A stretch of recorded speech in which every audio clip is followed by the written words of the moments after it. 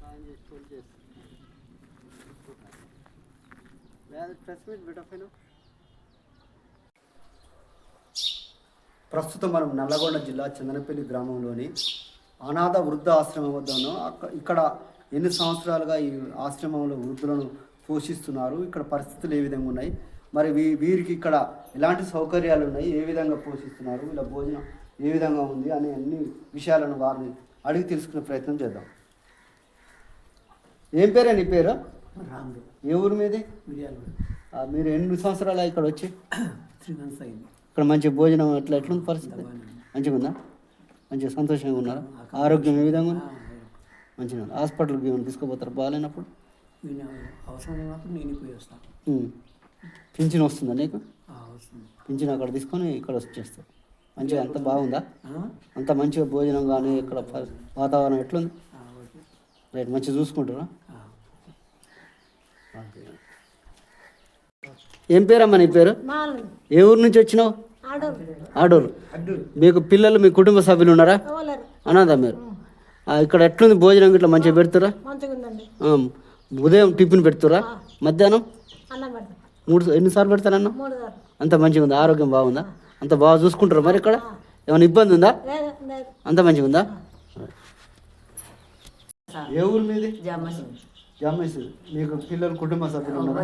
ఇవ్వలేరా? 7 సంవత్సరాలు ఇక్కడ వచ్చి ఇళ్ళకి వచ్చి ఏం ఇబ్బంది ఏం లేదు? భోజనం ఇట్లా మంచిగా సంవత్సరాల నుంచి వచ్చా కానీ నాకు ఏం అనిపిస్తలేదు. జ్వరం లేదు, దగ్గు లేదు, దమ్ము లేదు. ఇప్పటికైతే మంచిగా ఉంది. దేవుని వల్ల 3 సార్లు అన్నం పెడతారు. నాకు ఇప్పటికైతే మంచిగా ఉంది. మరి వారం చికెన్ మటన్ గుడ్లు పెడతారు.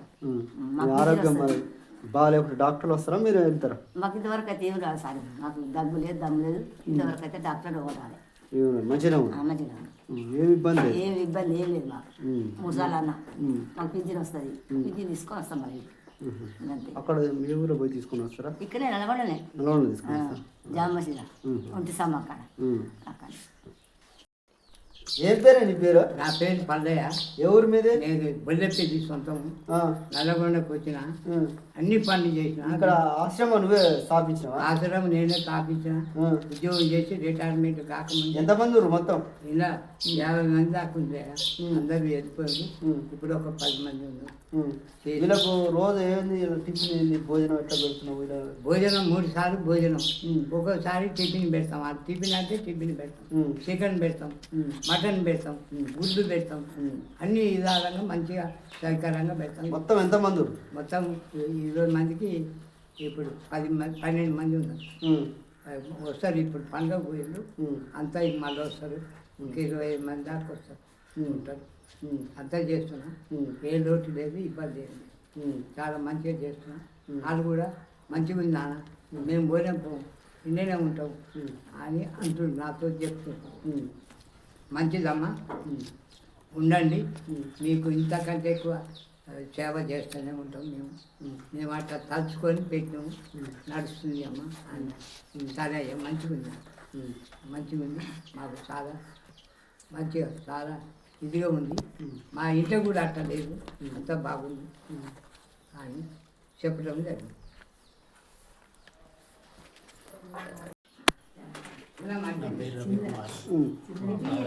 స్థాపించాడు. దీనికి మొత్తం రిటైర్మెంట్ అయిన పైసలు కన్స్ట్రక్షన్ చేసాడు. వృద్ధులకు సేవ చేస్తాడు. నా వంతు నేను కూడా మా నాన్న చేదుడు వాదుడుగా ఉంటూ నేను సేవ చేస్తున్నా. ఇంకా ముందు ముందు ఎవరు దాతలు ఉన్నా ఎవరున్నా వారంతా మాకు సపోర్ట్ చేసి ఇంకా ముందుకు వెళ్తాను. ఇంకా చాలామందికి సేవ చేస్తాం. మీ నాన్నగారు ఒక వృద్ధుడై ఉండి ఇలాంటి వృద్ధులను చేరదీసి వారికి పోషణ ఆయన ఆలపాలన చూసుకుంటూ వాళ్ళు పోషిస్తుంటే మీకు ఎలా అనిపిస్తుంది? మా నాన్న చాలా గొప్ప వ్యక్తి. ఆయన వృద్ధుడై వండుకుంటూ వృద్ధులకు సేవ చేయడం అంటే జోకు. అయినా కూడా సేవ చేస్తుండు. ఆయన సేవ చేస్తుంటే కూడా మేము మా ఫాదర్కి మీకు సపోర్ట్ చేదుడు వాదడుగా వండుకుంటూ మేము కూడా ముందుకు నడిపిస్తున్నాం ఈ సేవా కార్యక్రమాన్ని, ఈ సంస్థని. ఎన్ని రోజులు అవుతుంది ఇక్కడ ఈ ఆశ్రమాన్ని నెలకొల్పి? 3 years అవుతుంది. 3 years అవుతుంది. ఓపెన్ అయ్యి నడిపించడం కూడా జరుగుతుంది. ఇంకా జనాలు ఎన్ఆర్ఐలు కానీ ఎవరు కానీ మాకు సపోర్ట్ చేసి ఇంకా ముందు ఇంకా ఇటువంటి చాలా మంచిగా చేయగలుగుతాం. అందరికి చేదుడు వాదడుగా మాకు సపోర్ట్ చేయండి. మీ నాన్నగారు ఇట్లా సేవలు చేస్తుంటే నీకు ఏమనిపిస్తుంది? మాకు చాలా గర్వంగా గొప్పగా ఉంది. బీద కుటుంబం నుంచి వచ్చి అటెండర్గా జాబ్ చేసుకుంటూ ఈ కార్యక్రమం స్థాపించి కట్టి 10 మందికి సేవ చేయడం అంటే గొప్ప విషయం. అది మేము చాలా గౌరవపడుతున్నాము. దీనికి మా నాన్నకు సపోర్ట్గా మేము కార్యక్రమం చేస్తున్నాం. ఇది పరిస్థితి. గత 7-8 సంవత్సరాలుగా ఇక్కడ వృద్ధ అనాథ ఆశ్రమాన్ని ఏర్పాటు చేసి నేనున్నానంటూ భరోసా కల్పిస్తూ ఎవరైతే అనాథ వృద్ధులు ఉన్నారో వారిని చేరదీస్తూ తన వంతుగా వారికి ఆలన పాలన చూసి పోషించడం జరుగుతుంది. ఏదైతే ఇంకా ప్రభుత్వ పరంగా కానీ ఇటు ఎన్ఆర్ఐలు కానీ స్వచ్ఛంద సంస్థలు కానీ ముందుకొచ్చి వారు ఆర్థిక సాయం కానీ లేకపోతే ఏదైనా వస్తువు సాయం కానీ అందిస్తే ఇంకా ముందుకెళ్ళి ఇంకా సేవలను మరింత మెరుగుపరిచే విధంగా సేవలను అందిస్తామని చెప్పడం జరిగింది. ఏదైతే వాళ్ళ ఫాదరు ఏదైతే ఈ వృద్ధ ఆశ్రమాన్ని నెలకొల్పినారో వారి కుమారుడు కూడా చెప్పడం జరుగుతుంది. మా నాన్నగారు వృద్ధులు ఉండి సేవ చేయడం అనేది నాకు చాలా సంతోషంగా ఉంది. నా వంతు కూడా నేను వారికి సేవలు అందించడం జరుగుతుంది. ఏదైతే మేము ఈ ఆశ్రయాన్ని నెలకొల్పామో ఆ సంకల్పాన్ని మేము పూర్తి చేసే విధంగా అందరికీ వృద్ధులకు సేవ చేసే విధంగా దాతలు ముందుకు వచ్చి సహకరిస్తే మేము ఇంకా ముందుకెళ్ళి వారికి మెరుగైన సేవలు అందించడం అయితే జరుగుతుంది అంటున్నారు. ఎవరైనా దాతలు వచ్చి ఇక్కడ వీరికి సేవలు అందించాలనుకుంటే ఇక్కడ వచ్చి వారిని అప్రోచ్ అయ్యి మీరు ఇచ్చే సేవలను వారు ఆశీర్వదించడం జరుగుతుంది. కాబట్టి ఎవరైనా దాతలు ముందుకు వచ్చి వీరికి సేవలు అందించాలని ఈ ఛానల్ పక్షాన కోరుకుంటూ కెమెరామెన్ సుభాష్తో reporter Dasaratha, TDR today news, Nalgonda.